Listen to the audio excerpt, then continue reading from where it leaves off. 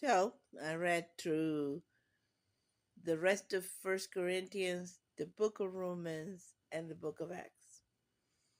I gotta tell you, the book of Acts is long, and really it feels like it's mostly about Paul and everything else. And it's one of my favorite books in the sense that you see the hand of God all over the place. And I don't know if you ever really read through the entire book of Acts and paid attention, but Jesus is present.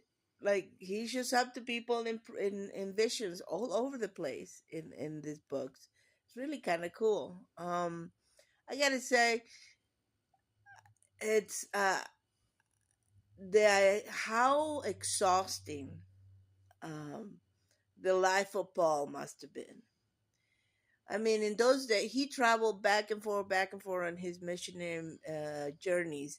And let me tell you, back in that day, there were no air conditioned airplanes, there were no motor cars, You Ubers. walked.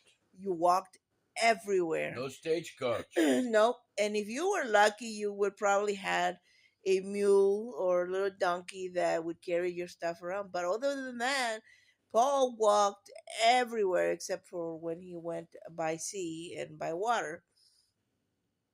Let me just say this. You know, we have people nowadays that are missionaries and they call them missionaries. They go on a mission trip and they go to, it's actually a vacation, okay? Or for some people, it's a retirement plan. Yeah. And, anytime you hear about missionaries, you might want to compare that with, oops, cats. You might Mm. want to compare that to what Paul did. And, understand whether that is the missions that people do today. How do they compare to the mission that Paul did? And so I'm just saying, when the Bible talks about the missions and going out to be a missionary to people and spread the gospel, he didn't mean go have a good life, a good vacation here and there. There's a very intense responsibility that comes with all those mission works and stuff like that.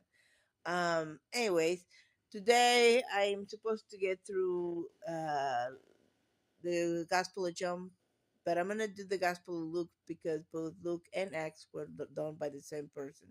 Anyways, God bless. Read your Bible. I'll keep you updated.